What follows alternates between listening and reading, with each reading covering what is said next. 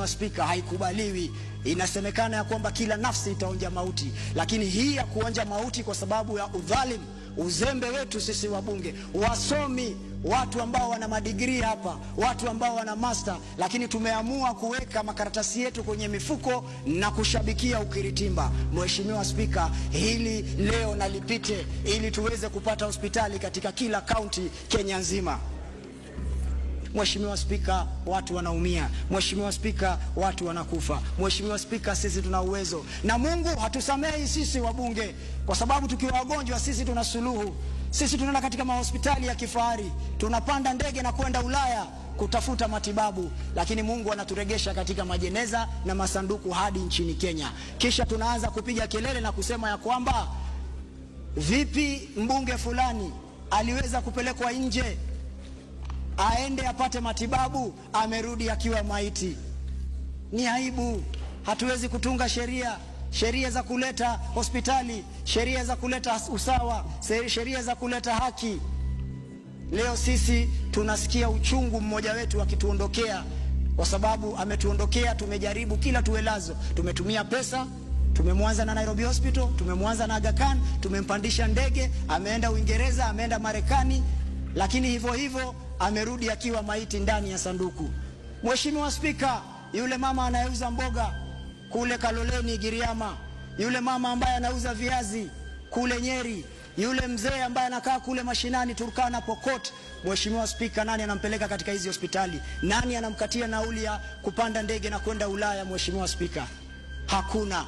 Atakayefanya hiyo, Mheshimiwa Spika, kuhakikisha kwamba watu hawa hawatapata haya matatizo, Mheshimiwa Spika, ni sisi wabunge wote kwa kauli moja tukubaliane ya kwamba hii ina umuhimu zaidi. Hii ni ya Wakenya 80% ambao hawana huduma za afya. Leo Kenya miaka 55 mama anajifungua ndani ya nyumba. Jamani, hatuoni haya? Jamani, hatuogopi Mungu? Mama anakufa akijifungua mimba kwa sababu hawezi fikia hospitali. Mfano, katika eneo bunge linalotoka, eneo bunge la Nyali, linaonekana kama eneo bunge tajiri, kwa sababu ukisema unaenda Nyali watu wanajua ni eneo bunge tajiri. Lakini Mheshimiwa Spika, utashangaa nikikwambia kwamba Mungu anajalia kina mama zetu kupata mimba ndani ya Nyali, lakini wakijifungua wanajifungua katika eneo bunge la Mvita. Halikubaliki Mheshimiwa Spika ya kuwepo kwa hizi hospitali, kwa sababu Mheshimiwa Spika, asilimia 80 ya Wakenya ni wale ambao hawawezi fikia huduma hizi za afya. Nitaanza kwa kutoa mifano ambayo imesalia katika historia ya Kenya. Kwa mfano, nitaanza na kwangu nyumbani kule sehemu za Mombasa. Kuna mtoto mdogo kwa jina la Satrin Osinya, Baby Osinya, aliyeweza kupigwa risasi na akakaa na risasi kwenye kichwa kwa siku kama takriban 4 hivi kabla aweze kuletwa Nairobi ili afanyiwe upasuaji. Hii inamaanisha nini? Inamaanisha ya kwamba iwapo hatutakuwa na huduma za afya katika kila kaunti, tutakuwa katika hali mbaya sana. Ukiangalia kwa mfano kama hospitali ya Coast General iliyoko Mombasa inahudumia kaunti 6: Taita Taveta, Tana River, Kwale, Kilifi. Haya ni baadhi ya kaunti ambazo zinategemea hospitali hii katika huduma za rufaa. Shirika la Afya Duniani WHO lina mapendekezo yake ambayo inasema ya kwamba daktari mmoja anafaa ahudumie wagonjwa 1000, lakini hapa nchini Kenya daktari mmoja anahudumia wagonjwa 10,000, jambo ambalo haliwezekani, si la msingi, haliingii akili. Kenya tangu tupate uhuru miaka 55 tunazungumzia hospitali 2 peke yake, hospitali ya Kenyatta ambayo ni ya kitaifa na ile ya rufaa ya Eldoret. Mimi leo napendekeza na kusema ya kwamba kila kaunti iweze pewa hospitali yake ya rufaa ili mwananchi wa kawaida aweze kufikiwa. Na si kusema tu zijengwe, bali pia nasema zile zilizopo hapo zinaweza boreshwa zaidi na kuwekwa katika kiwango cha level 6 ambayo itaweza hudumia mwananchi wa kawaida aliye na matatizo chungu zima. Hospitali ambazo ningelipenda zianze kufanyiwa ukarabati wa hali ya juu na kuanza kuweza kufikia wananchi katika kufika ile kiwango ya level 6 ni Meru, Embu, Mombasa, Kakamega, Busia, Jaramogi, Garissa na Kisii ambao ni level 5 ziweze boreshwa. Mheshimiwa Spika, nadhani utashangaa nikikwambia kwamba taifa hili lina madaktari wa kutibu saratani, yani oncologist kwa lugha ya Kimombo, ambao wanatibu saratani nchini Kenya. Wanaohudumia wa Kenya takriban milioni 45 ni madaktari 23 peke yake. Hawa madaktari ni madaktari wa kibinafsi. Na maanisha vipi? Ni madaktari ambao wanahudumu katika hospitali ambazo ni hospitali za wale ambao wana nguvu kama Aga Khan, Nairobi Hospital, na Mkenya wa kawaida hawezi enda kutibu magonjwa yake ya saratani katika hospitali hiyo. Kenya miaka 55 ya uhuru, leo tunajipiga kifua tukisema tumeendelea, na ilhali tuna madaktari wa upasuaji yani neurosurgeon 18 Kenya nzima. Ni aibu. Ni aibu iwapo tuna madaktari 18 Kenya nzima. Leo tunajipiga kifua na kusema ya kwamba tuna madaktari tosha. Tuna madaktari ambao ni madaktari wa figo, kwa lugha ya Kimombo tunawaita nephrologist. Hawa ni 16 pekee. Nikizungumzia Mombasa tuna 2 pekee. Mheshimiwa Spika, hawa maskini nani atawafikia? Leo mbunge katika bunge hili akisikia anasokotwa na tumbo kidogo tu, yeye ana personal doctor wake, yeye ana nguvu za kwenda katika hospitali na kuhudumiwa mara ya kwanza. Mheshimiwa Spika, kule mashinani kuna watu ambao tumbo zao zinanguruma kama mitambo ya kuchapia mahindi, lakini hawajui wataenda wapi. Mheshimiwa Spika, hawajui wataenda wapi kwa sababu hawana daktari wa kibinafsi. Hospitali haziko karibu, iliyoko karibu iko katika kaunti nyingine. Na haya ndiyo mambo ambayo nataka tuangalie. Kwa mfano, Kenya nzima, Mheshimiwa Spika, madaktari waliosomea taaluma mbalimbali ambazo nimezitaja kama vile madaktari wa saratani, wa upasuaji, wa figo, Kenya mzima kwa ujumla tukisema wale wamesomea taaluma mbalimbali ni 425. Nitakupatia utaratibu tu wa kukuonyesha athari ambazo zinaweza kutupata iwapo hatutaweza kushughulikia janga hili na kupasisha msaada huu na kuhakikisha kwamba hospitali zimeweza kufika katika kaunti. Nitakupa mfano na kaunti ya Mombasa ambayo idadi yake population kwa lugha ya Kimombo ni watu 9,939,370, takriban milioni 1. Lakini madaktari wanaohudumia watu hawa takriban milioni 1 Mombasa peke yake ni madaktari 198 wanahudumia watu milioni 1. Kwale 649,331 wanahudumiwa na daktari 65. Hawa ni watu takriban 700,000.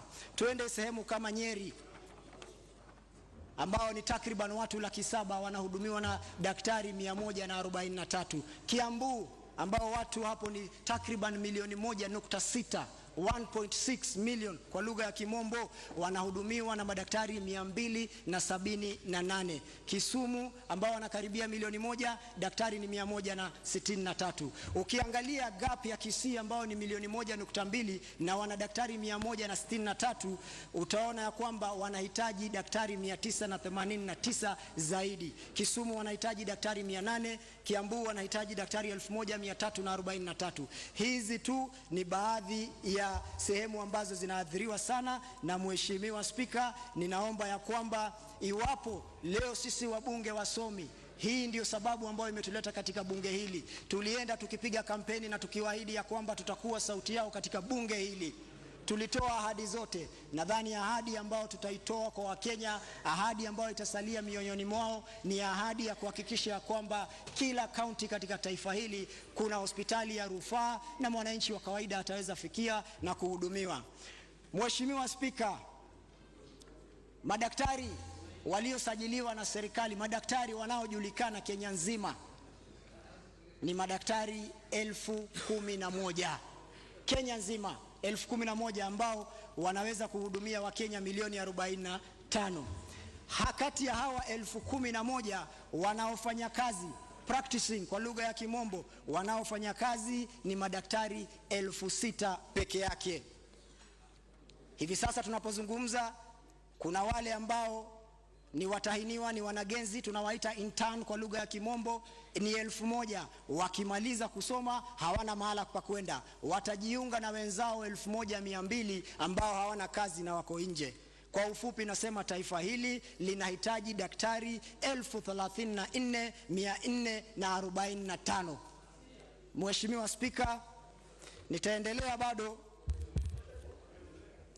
bado kwa kueleza ni kwa nini hasa tunataka hizi hospitali ziwe. Nitaanza na masuala ya rufaa.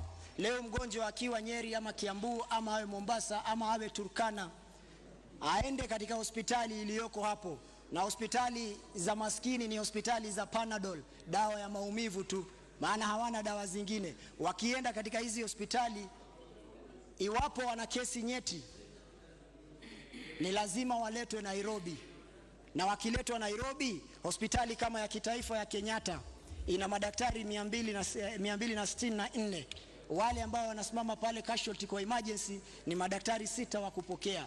Hospitali kama hizi zinapokea kwa siku moja, Mheshimiwa Spika. Kwa mfano, hospitali ya Coast General kwa siku moja inapokea zaidi ya watu 50 kutoka kaunti mbalimbali kama rifaro waliotumwa katika hospitali hiyo, kwa sababu vifaa zinapatikana huko ama huduma inapatikana huko. Hospitali ya kitaifa ya Kenyatta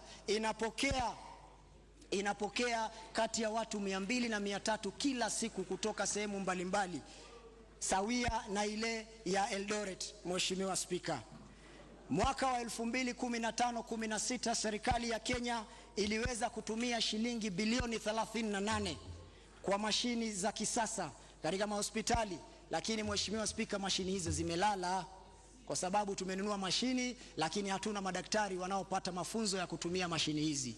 Mwaka uliopita 2015-16 iliangaziwa katika vyombo vya habari ya kwamba mashini za kisasa za saratani, figo zimekuja. Watu walifurahi, wakasema kweli ugatuzi umezaa matunda. Lakini ugatuzi wa kuleta mashine bila ya daktari wa kujua kutumia mashine hizo, Mheshimiwa Spika, nasema hiyo ni kutia gunia upepo, maana haina faida. Naposema kutia gunia upepo, na maanisha ya kwamba unatia gunia upepo lakini inatoa, haujazi, inakuwa ni kazi ya bure. Mheshimiwa Spika, je, kujenga hospitali moja ya rufaa katika kaunti moja itagharimu serikali pesa ngapi? Kujenga hospitali moja itagharimu serikali pesa ngapi? Takriban shilingi bilioni 3. Na tukisema tujenge, tuboreshe zile zilizopo ambazo nimezitaja kutoka level 5 hadi level 6, tunaweza tumia kati ya shilingi bilioni 2. Sasa wacha nikupe mfano, tufanye hesabu. Kujenga hospitali moja ni shilingi bilioni 3. Kuboresha hospitali iliyoko ni takriban shilingi bilioni 2. Idadi ya Wakenya wanaoondoka nchini kwenda kutafuta matibabu nje, hususan taifa la India, kila mwaka, ukiangalia kwa mwaka mzima, Wakenya wanatumia shilingi bilioni 10 kila mwaka kwenda nje kutafuta huduma za afya. Kila mwaka shilingi bilioni 10 kutafuta huduma za afya, ambao ni jambo linaweza kufanyika. Idadi ya watu wanaokufa inazidi kuongezeka. Mheshimiwa Spika, Mungu ametujalia tumeletwa katika jumba hili, bunge hili, kujadili, kutunga sheria, lakini hatutungi sheria ambazo zitatulinda pia sisi tukitoka, maana hakuna mtu atakayeishi hapa milele. Tukitoka hapa, vizazi vyetu hatujui kama vitakuwa vizazi vya ubunge ama vizazi vya kula madawa ya kulevya ama vizazi vya kuiba, hatujui, lakini watakuwa ni miongoni mwa wale ambao watapata matatizo ambao sisi tuna suluhu sasa hivi. Nitakupa mifano, na nitakupa mfano na mgomo uliofanyika miezi 8 mwaka uliopita, wakati madaktari waligoma. Nitakupa tu mifano na kaunti kadhaa. Nitakupa na kaunti ya Kilifi. Kaunti ya Kilifi ina madaktari wa upasuaji cesarean section 18. Ina daktari wa upasuaji 18 Kilifi peke yake. Na ukiangalia idadi ya vitanda ni vitanda 610. Wagonjwa wanaokuja kutibiwa kila siku ni zaidi ya 10,852. Watu wanaokufa ni 1,410. Wanakufa kwa sababu ya magonjwa ya kiajabu ajabu, magonjwa yana tiba, lakini ni magonjwa ambayo tunayachukulia mzaha. Leo Mombasa tunakufa kwa sababu ya chikungunya, eti ukiumwa na umbu wewe kwisha. Hatuna wataalamu wa kupambana na magonjwa. Maradhi ya ajabu yanatokea na hatuwezi saidika. Asilimia kubwa ya Kenya hata hawana ile NHIF, hawezi jitetea, hawajui la kufanya. Angalia Mombasa County. Mombasa County idadi ya wanaokufa ni 1272. Mwaka wa 2014 na 15 Kilifi ilikuwa na upasuaji 2668, waliokufa ni 1553. Mheshimiwa Spika, haikubaliwi. Inasemekana ya kwamba kila nafsi itaonja mauti, lakini hii ya kuonja mauti kwa sababu ya udhalimu, uzembe wetu sisi wabunge, wasomi, watu ambao wana madigrii hapa, watu ambao wana master, lakini tumeamua kuweka makaratasi yetu kwenye mifuko na kushabikia ukiritimba. Mheshimiwa Spika, hili leo nalipite ili tuweze kupata hospitali katika kila kaunti Kenya nzima. Mheshimiwa Spika, bado nitaendelea kulilia hili swala kwa sababu ni swala ambalo linahusu mwananchi wa kawaida. Nitazungumzia hospitali tu na bali pia vile vile nitazungumzia madaktari wenyewe. Mheshimiwa Spika, Kenya ya sasa madaktari ambao tunawategemea wanalipwa mishahara ambayo haingii akili. Nitaanza na ile wanaita entry level, ambayo ni hatua ya kwanza ya daktari kuingia, na ukiona mshahara wao wakimaliza kama mwaka mmoja hivi, mshahara wao wa kwanza unaanza na shilingi 44,000. Madaktari waliokaa katika taaluma hiyo kwa zaidi ya miaka 10 na 15 wana uzoefu, tajriba, miaka 10. Daktari anakuangalia tu hivi, anajua dawa yako ni nini. Analipwa kati ya shilingi 100,000 na 14,000. Kenya ya sasa ndio unaona tunapata uhaba wa madaktari. Wengi wanakimbia, wanaenda kufanya kazi nje. Wengi wanafungua hospitali zao za kibinafsi ambazo haziwezi kufikiwa. Walio na zaidi ya miaka 15 ni takriban shilingi 200,000. Mheshimiwa Spika, watu wanaumia. Mheshimiwa Spika, watu wanakufa. Mheshimiwa Spika, sisi tuna uwezo na Mungu hatusamehi sisi wabunge, kwa sababu tukiwa wagonjwa sisi tuna suluhu. Sisi tunaenda katika mahospitali ya kifahari, tunapanda ndege na kwenda Ulaya kutafuta matibabu, lakini Mungu anaturegesha katika majeneza na masanduku hadi nchini Kenya. Kisha tunaanza kupiga kelele na kusema ya kwamba vipi mbunge fulani aliweza kupelekwa nje aende apate matibabu, amerudi akiwa maiti. Ni aibu. Hatuwezi kutunga sheria za kuleta hospitali, sheria za kuleta usawa, sheria za kuleta haki. Leo sisi tunasikia uchungu mmoja wetu akituondokea, kwa sababu ametuondokea. Tumejaribu kila tuwelazo, tumetumia pesa, tumemwanza na Nairobi Hospital, tumemwanza na Aga Khan, tumempandisha ndege, ameenda Uingereza, ameenda Marekani, lakini hivyo hivyo amerudi akiwa maiti ndani ya sanduku.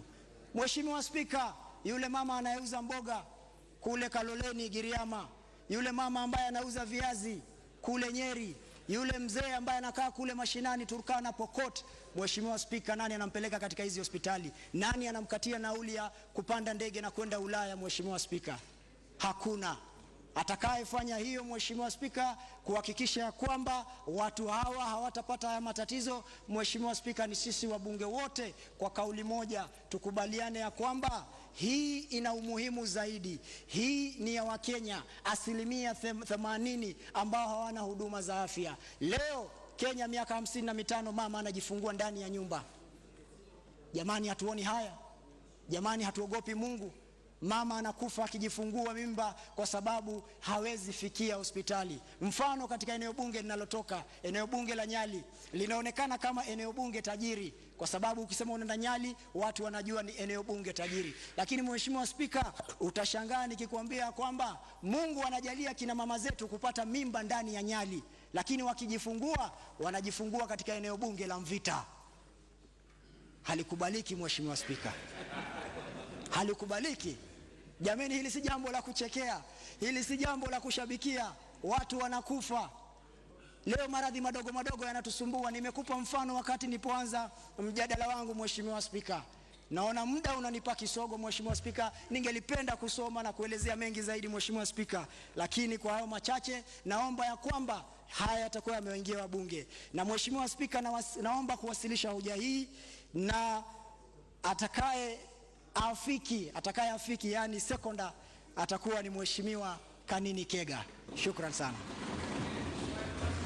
Asante mwafiki.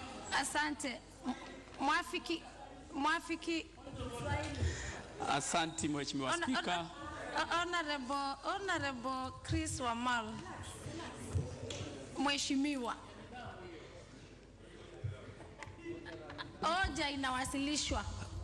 Hoja haijawasilishwa kikamilifu katika zile mnyambuliko yenye mheshimiwa amesema. Kwa sababu Madam Speaker, wewe kama uko na hoja lazima useme yani na move nazongesha. Lakini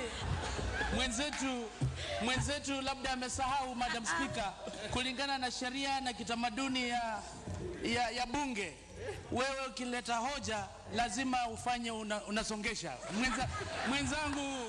Mwenzangu amesahau kusongesha, lakini lazima hajasongeshe.